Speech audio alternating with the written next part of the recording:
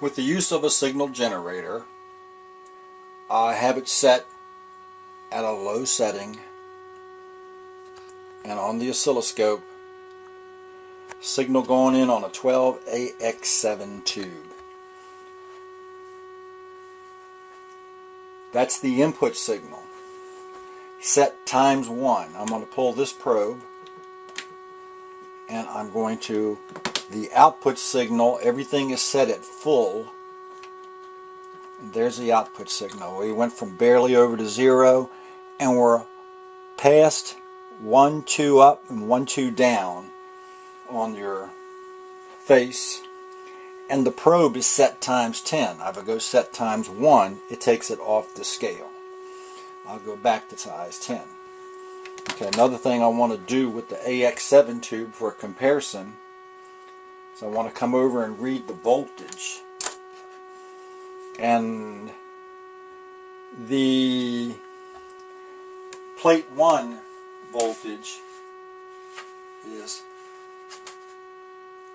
pin number 6. So I'm going to come over to pin number 6, and I have 91.2. The grid, which is pin 7, is negative 0.5 or 0.6. Actually, 0.5. Yeah, we're looking at pin 1 and 2. And there's the plate for 94. And the grid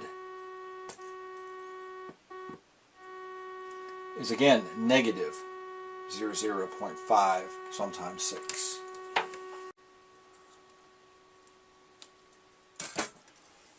Get a 12AU7. That's a 7025. Get a 12AU7 and plug it in there.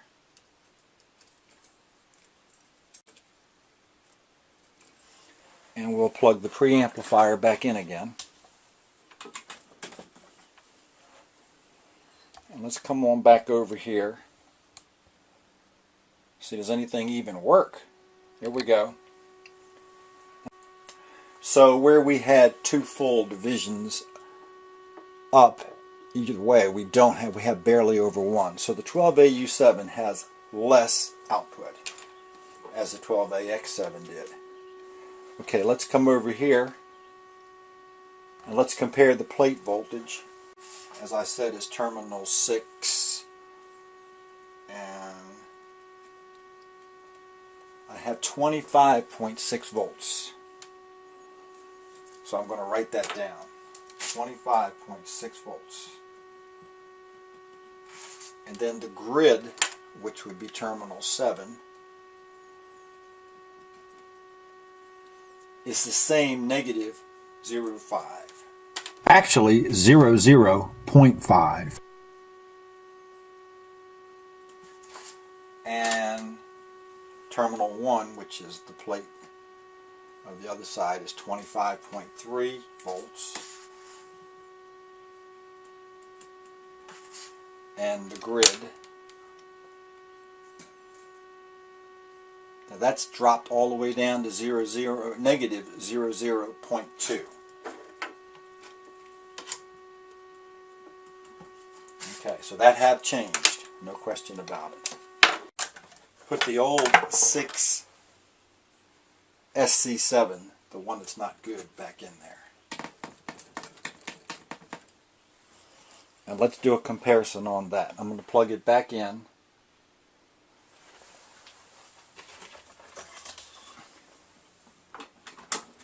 The new 6 SC7 haven't arrived yet.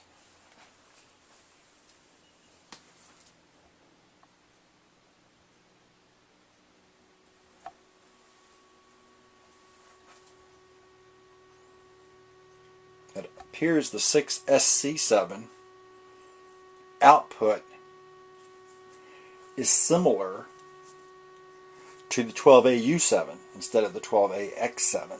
So the output closer represents where it's coming down just about 1 division up and 1 division down. Okay, let me try to read voltages. 75.9. So the big voltage difference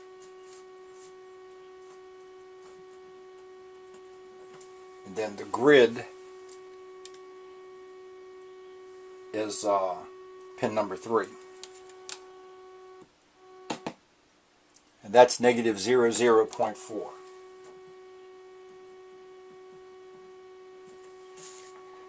Pin 5 is the next plate over. See if I can get on that. There's a lot looser connection here with this tube in here. 78.79 volts. Let's go with 79 volts. And the grid, if I can get on it, which is pin number 4,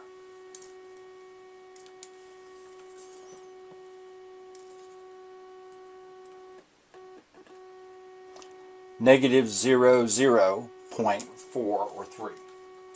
So negative 0.4. So there's a little comparison check. I like the 12AX7 okay though, because it plays very clear and very good. So let's see how the new 6 SC7 responds when it gets here.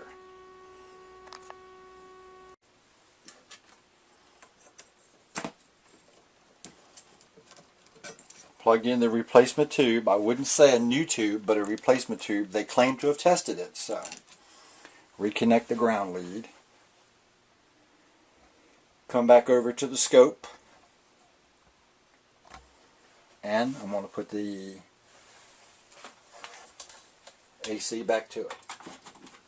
And we're still connected for output on the scope. And there's the scope output. And our signal is the same as the old tube. Maybe slightly higher. I'm going to go here to pin 2 if I can get it here. And I've got 74.3 volts. Let me write that down. 74.3. And I'm going to get the grid, which is pin number 3. And I've got 0.5. Then I'm going to go to pin number 5.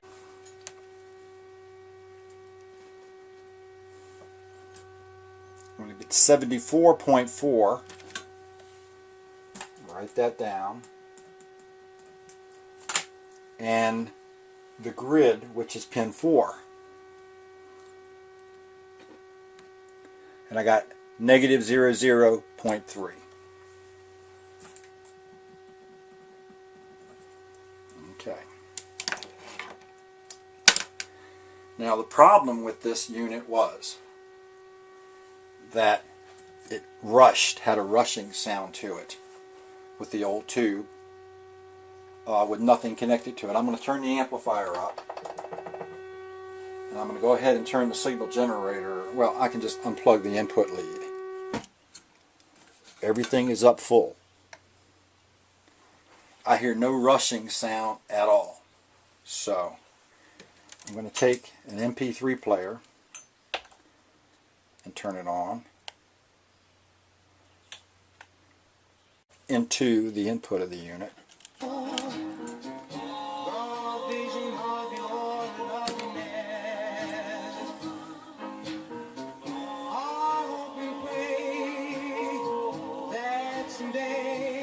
And the volume can go up and down from here.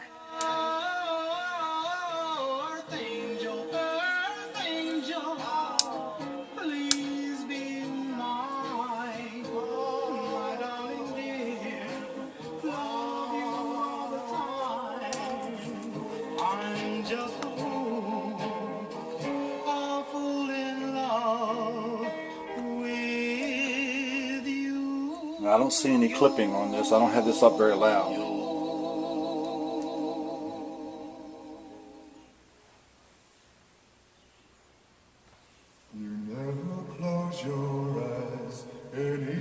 So I could raise it. You can see it clipping. To do a recap, the 12AX7, which does not belong in this unit, has 94 volts on the plate of the input triode, and 0.5 on the grid, negative 0.5 on the grid.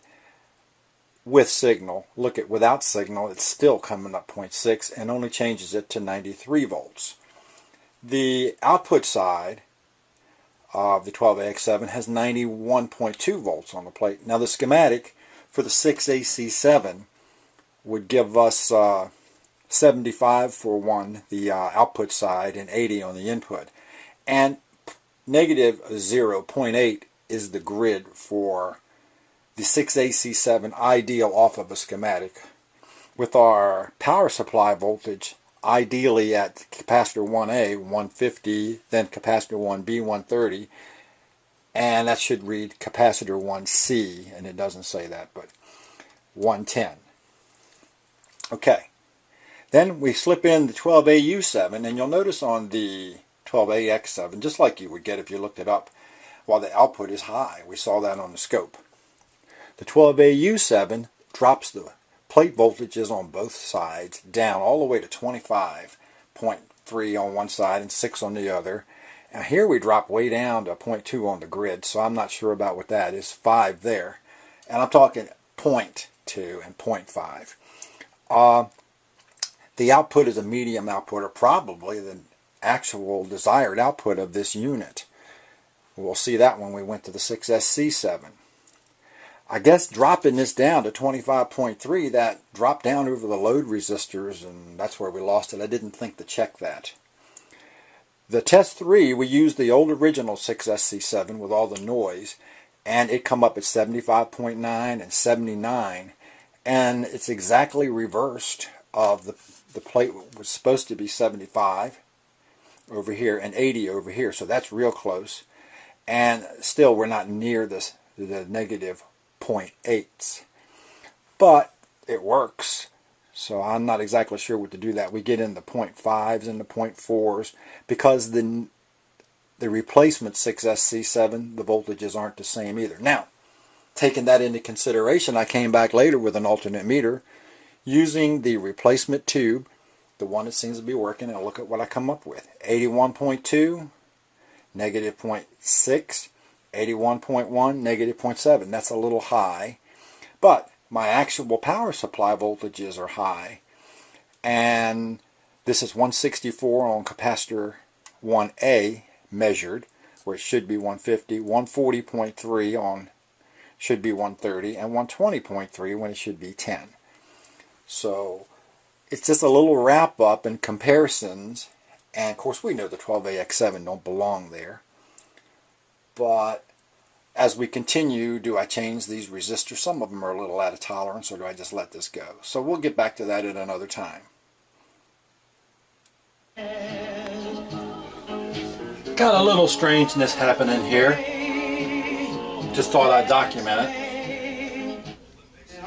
But if I unplug the input, listen to the noise. And it increases as I increase the volume. I didn't do that before. Just thought I'd turn it on and see what would happen. Of course, I wouldn't run it with the input unplugged. Strangeness about the whole thing is if I plug the input in and unplug the cable, no noise.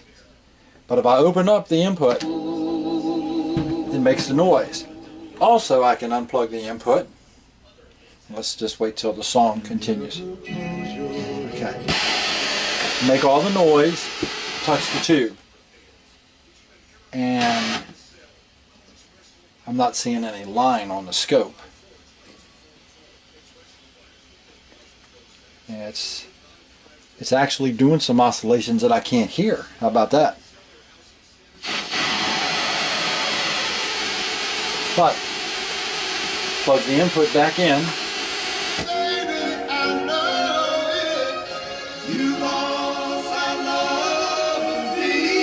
Just something different. This is so much fun because it doesn't seem to ever solve.